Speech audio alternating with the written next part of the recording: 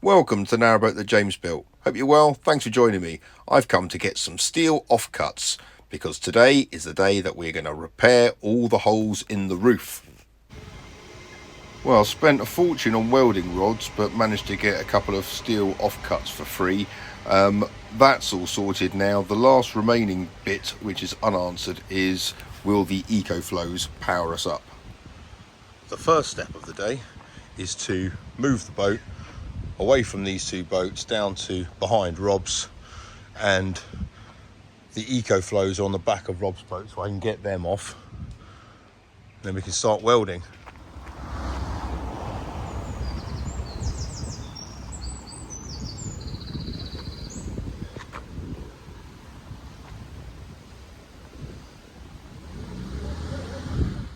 Right, next job is to try to get out the back of Rob's boat.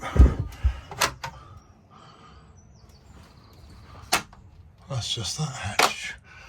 I'm not sure. Yes. Right, that's that bit achieved. Now the EcoFlows are in here and they're on 8%. That's not going to help much.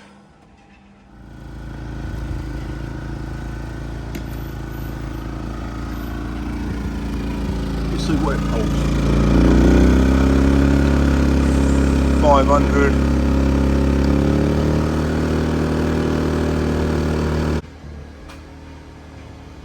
Right, I now need to prep this area, basically clean it, move the stairs so we can start to, I might not need to move the stairs, but clean it so we can start to dampen it all down before cutting and welding. And then what I was thinking of using the old fire blanket which came with the boat. My BSS man said that wouldn't be the worst thing in the world to buy new ones of these. So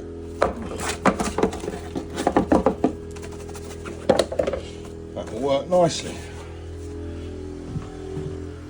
Dan's just going about marking it all up.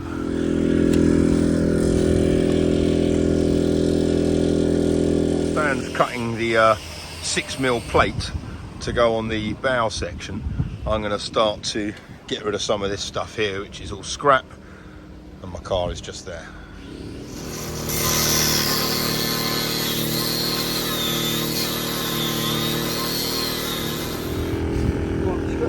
Right, now I've got to get some magnets. So this is to hold the steel on.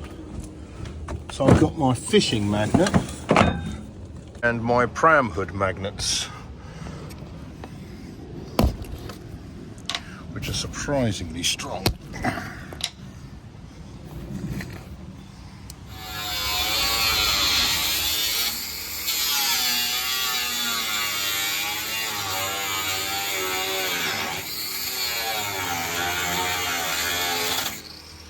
Right, mate, I'm going to put the fire blanket down.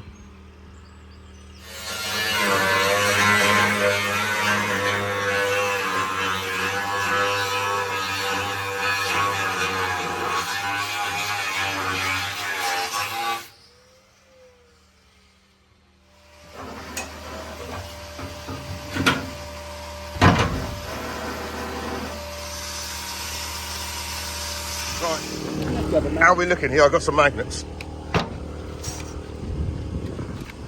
How's that edge down there? Has it kind of got any meat to it? It's got a bit of meat to it. I can't cut out no more. Be right under there. Yeah. That I'll do it. I'll sort it out. Don't worry.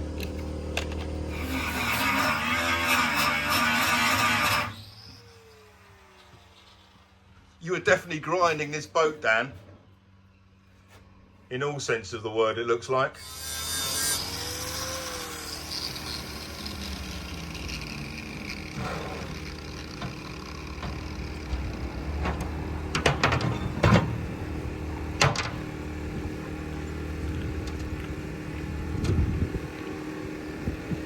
Screwdriver.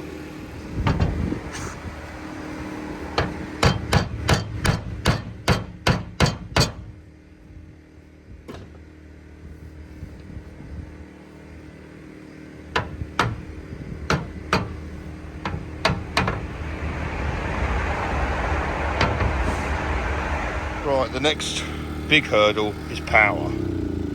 So the EcoFlow Pro is now charged a bit more. The Jenny does not power the welder, which is that. So we're hoping the Delta Pro will.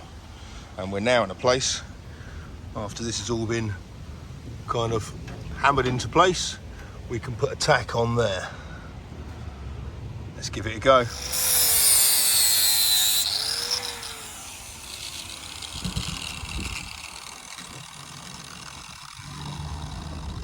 Dan's just taken a bit of paint off there so he can get a decent earth connection to the boat. Right, we're going to give this a go. I bought some very, very expensive welding rods today for our place in Leighton Buzzard. What make are they, mate? ESAP. So they're the ones. Nice day out here for welding, though, isn't it? Come on, work.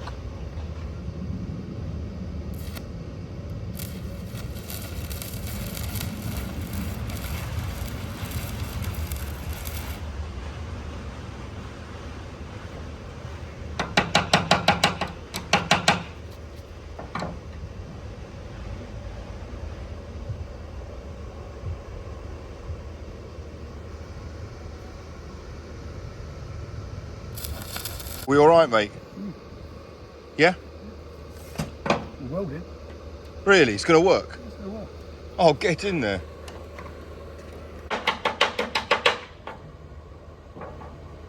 Rob, tell me what it pulls. It's James.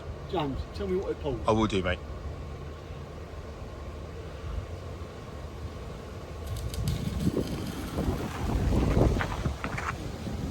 $2,000, 2,300, 2,600.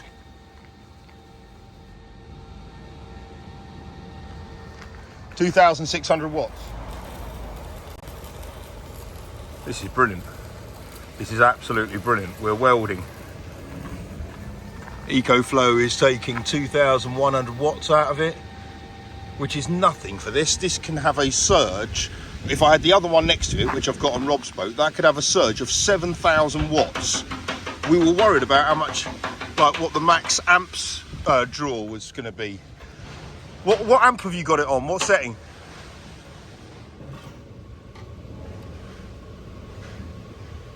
120 amps. 120 amps we're drawing. Bloody hell. Fantastic. Right, let me show you how these welding masks work. They've got a sensor in them, so you can see what you're doing normally, yeah? And then when you look up to the sun or to the weld, it all darkens for you. And then you look away or you stop welding and you can see what you're doing again. It's pretty clever, isn't it?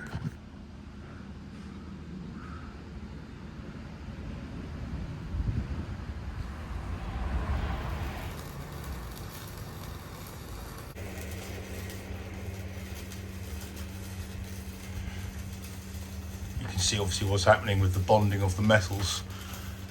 But I was just inside here, just checking what the heat transfer is like, and there, it's fine. It's kind of as hot a boat as a boat would be in the sunshine.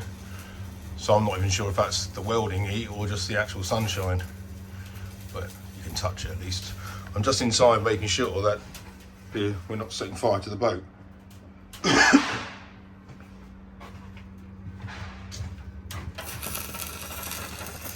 this is the dodgy bit here.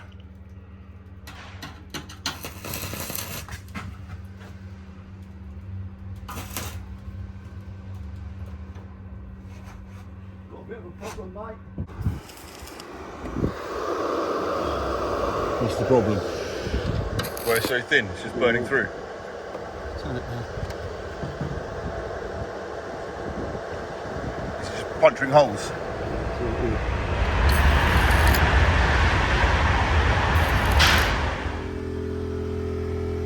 So the front panel is all but secured in. From the outside though, Sweary Dan just wants to kind of fill it in a bit more and then take it back. But this was the problem area there. You'll see, if I just tap some of that stuff off, so there's quite a few little holes just to kind of fill in, kind of repair some of them, like there. So there'll be a little hole in there.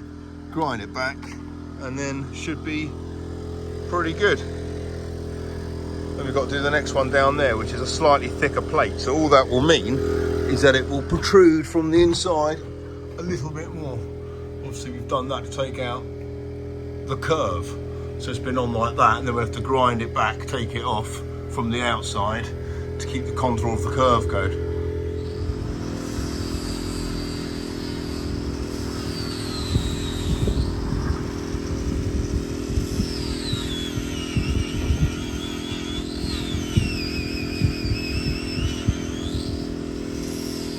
Right, I've just been to Screwfix to get some more grinding discs for Dan, but I'm going to look on Slow Patrol and see if I've got any decent car body filler, because I think we're going to need some of that just to smooth it all off. Yeah. I want to try and get that to that sort of thing, but there ain't enough meat. I know. Right back there, you know what I mean? So I'm just going to go slowly, just put a little bit more metal on, and then I'll just sand it down a little bit at a time. All right, bud. Right, just going about getting all these steel filings up, just with a magnet here. Works a treat, saves it all going in the cut and everywhere. And then once it's done, we'll give the roof a proper cleaning. Roof's been a little bit swept down, and here he is. So you'll see there was hardly anything really to weld onto. So this, if we take any more off, basically just getting rid of the weld that we just put on. So I'm going to go in a little bit of car body filler around some of these bits here, let it go off, and then bring it back. Right, we're now going to cut out the second one. Mate, I don't think that should be as bad, because it looked like it was half better sealed. Yeah, it is. Have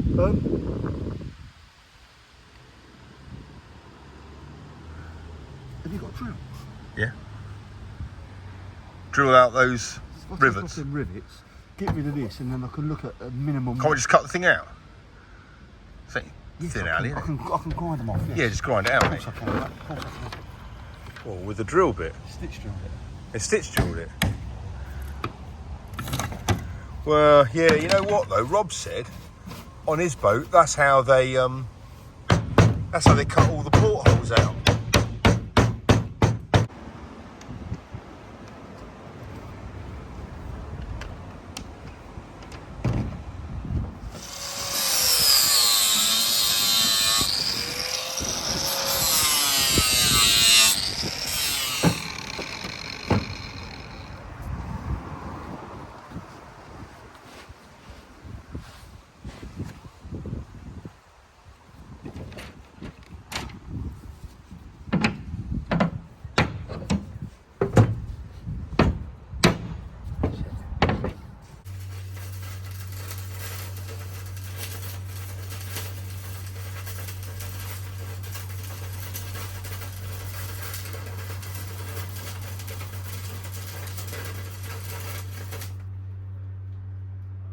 What's that like? Yes, fine, mate.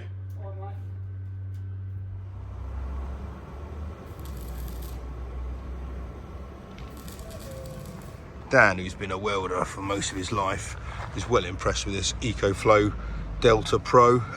He knows how much it can draw in terms of current. There it is, just flicking on to just over 2,000. But that's kind of constant draw. Here, only now the fans are kicking in. He is mighty impressed by this. We keep topping up with the what he calls Forrest Gump's girlfriend, the Jenny. So we're now at 27%, but that gives us plenty of power.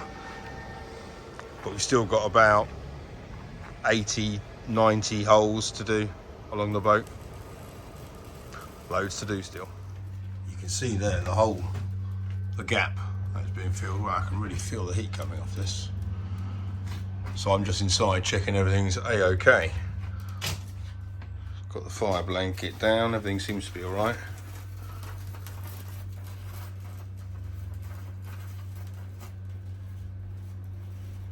The steel's all a lot much better around here, so it's easier for Dan to be welding on. And the hole from earlier, it's looking good. And from the outside, it's getting there.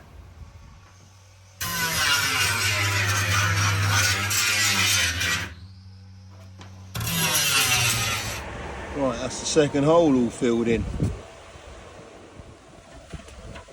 Look at that, they've all gone. Happy days. Dan's working his way up the boat. And I'm just going through the grit now, sanding this back. It's pretty much there though now, to be honest. That's nice and smooth.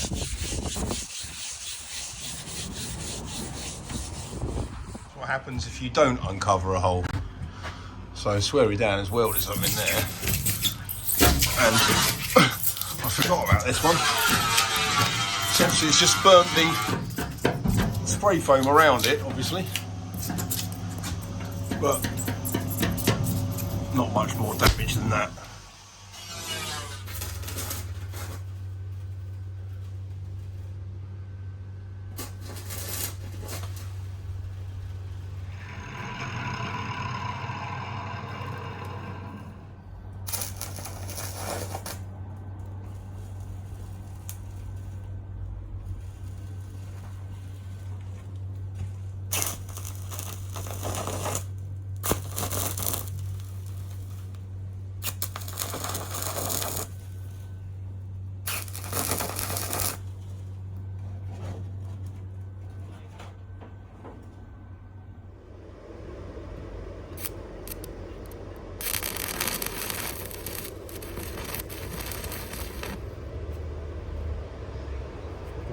Yeah.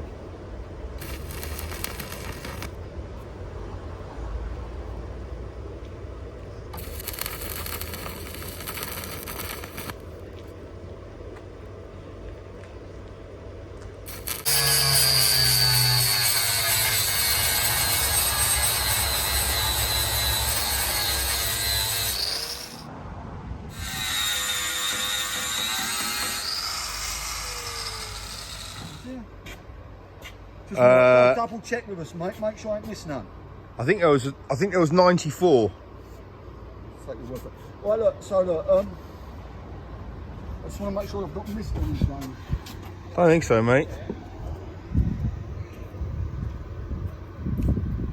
No, you know what I mean? Imagine. Yeah, there's no solar beyond there. Oh, hang on. Right, Sweary Dan is doing the last 6 holes of the old wind turbine, and I'm going about slowly cleaning the roof because we've made a whole load of dust, all the angle grinding and stuff. So we're gonna move the boat up another lock to the water point, and then take a hose and give it a good rinse down.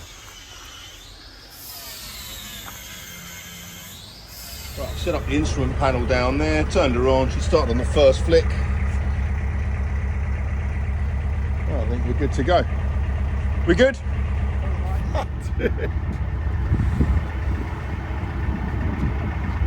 It's me. Yeah, that's yours. Cheers, pal. Cheers. As I'm waiting for Dan to empty the lock, it's just dawned on me, I haven't got a clue where I'm going to turn around. I might have to reverse back, although I do want to be facing the other way because we've got to move this weekend, so I've got to turn around really. I'm hoping I can turn around near Waitrose where it widens. That looks like it's getting off good. Yeah, it's coming off.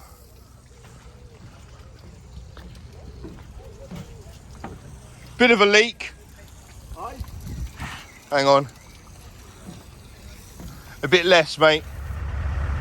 Right, well, I managed to turn around just above this lock, which is a bit of a result. Good to know. Had about 2 foot to spare, and roof's looking pretty good. It's drying off nicely.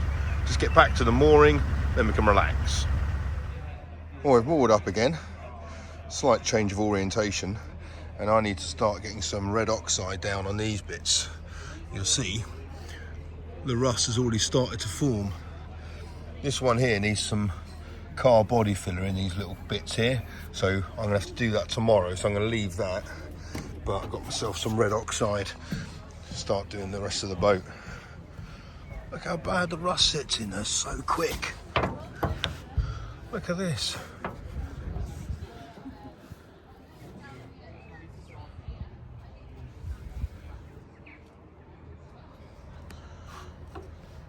A few more layers of paint on that, you're not going to see it at all.